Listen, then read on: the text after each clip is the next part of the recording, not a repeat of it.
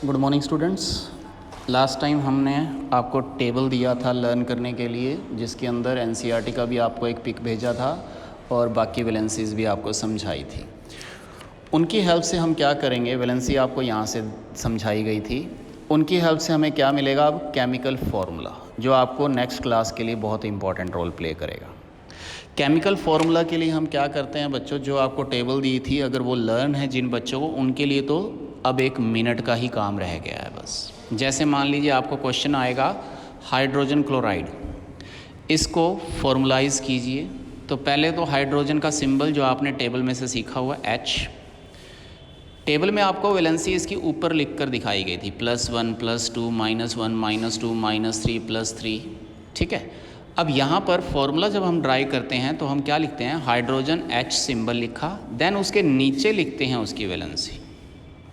इसी तरह क्लोराइड है, क्लोराइड यानी क्लोरीन, ये क्लोरीन लिखा और इसकी वैलेंसी हमने यहाँ नीचे लिख दी।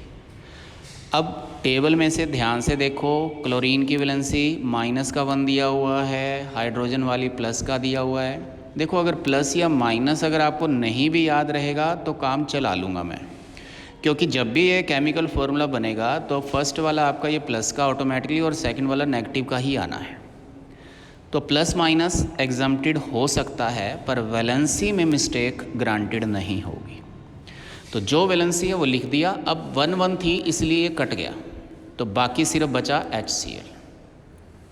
फिर वो कह रहा है क्वेश्चन में कि कैल्शियम ऑक्साइड का फॉर्मूला बनाओ। कैल्शियम का सिंबल लिखिए सबसे पहले Ca, ऑक्साइड का O। अब ऑक्सीजन की वैलेंसी है -2, तो ये ऑक्सीजन के नीचे ये लिखा -2, कैल्शियम की है +2। अब यहाँ पर भी दोनों सेम हैं, तो 2 से 2 क्रॉस हो गया, यानी कुछ भी चेंज नहीं होना, Ca और O इकट्ठा लिखा जाएगा, ये इसका फॉर्मूला बन गया। फिर वो कहते हैं हाइड्रोजन सल्फाइड। हाइड्रोजन सल्फाइड में क्या होगा, हाइड्रोजन H से और वैलेंसी इसकी होती है 1, सल्फाइड S से और इसकी वैलेंसी है -2। अब ये कट नहीं सकता, फॉर्मूला कैसे बनेगा, इसका ये 2 क्रॉस होकर इसके पास चला जाएगा और इसका 1 क्रॉस होकर इसके पास। दैट मीन्स H2 और S के नीचे 1 1 हम लिखते नहीं होते, इसलिए सिंपली क्या लिखा गया, H2S। दोबारा सुन लो, हाइड्रोजन सल्फाइड था, टेबल में आपको लर्न करने के लिए दिया गया था, ये चीज़ समझाया गया था। हाइड्रोजन की वैलेंसी होती है 1, सल्फाइड की होती है 2, दोनों के नीचे इनकी वैलेंसी लिख दी। अब क्रॉस कर दिया तो 2 इधर शिफ्ट हो जाएगा, 1 इधर शिफ्ट हो जाएगा, दैट मीन्स H2S, ये फॉर्मूला बना। फिर वो कहता है सोडियम सल्फेट। अब ये सल्फेट है, ध्यान से लिखना, बुक के अंदर टेबल देखोगे तो यहाँ सल्फाइट भी लिखा हुआ है, वहाँ लिखा जाएगा SO3, ये सल्फेट है SO4। अगर सल्फाइड होगा तो सिर्फ S होगा, ये कंफ्यूज मत हो जाना, बिल्कुल आराम से ध्यान से पढ़ना। तो फॉर्मूला बनाना है सोडियम सल्फेट का। अब सोडियम Na सिंबल है, सल्फेट SO4 है सिंबल। सोडियम की वैलेंसी 1 होती है, सल्फेट की -2। कट तो हो नहीं रही है, तो 2 इधर शिफ्ट हो जाएगा, 1 इधर शिफ्ट हो जाएगा, तो ये क्या लिखा जाएगा, Na2SO4 का SO4, क्योंकि ये 1 तो लिखते नहीं होते। समझ आया, क्लियर है बच्चों। इसके बाद आता है जैसे कैल्शियम ऑक्साइड या कार्बन डाइऑक्साइड। कार्बन C से सिंबल है, अब ऑक्साइड लिखेंगे पहले O। कार्बन की वैलेंसी यहाँ 4 लिखेंगी, ऑक्सीजन की 2, कट रहा है 4 और 2, तो 2 1s are 2, 2 2s are 4, तो यहाँ रह गया 2, यहाँ 1, ये इधर क्रॉस, ये इधर क्रॉस। अब ये दोनों क्रॉस होंगे तो क्या होगा, CO2 बन जाएगा। क्लियर है। फिर आता है ammonium carbonate. Ammonium carbonate, ammonium का मतलब NH4, सिंबल टेबल में दिया हुआ है जो आपको सेंड की थी मैंने। Carbonate CO3। अमोनियम की वैलेंसी है +1 एंड द कार्बोनेट की है -2। अब ये क्रॉस होंगे। अब देखिए 2 इधर शिफ्ट होगा, अब 2 इसके साथ होगा, इसके साथ होगा, किसके साथ होगा, क्योंकि ये कंपाउंड है बच्चों, इसलिए यहाँ ब्रैकेट लगाएंगे हम। यहाँ ब्रैकेट लगाओ, ये 2 इधर शिफ्ट करो।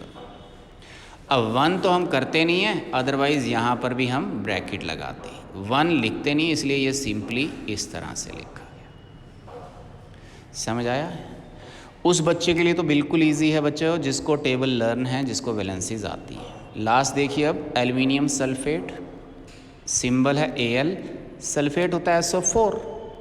एल्यूमिनियम की वैलेंसी 3+ का और सल्फेट -2। तो ना तो ये क्रॉस हो रहे हैं, तो होगा क्या, ये इधर शिफ्ट, ये इधर शिफ्ट, कट तो हो नहीं रहे ना।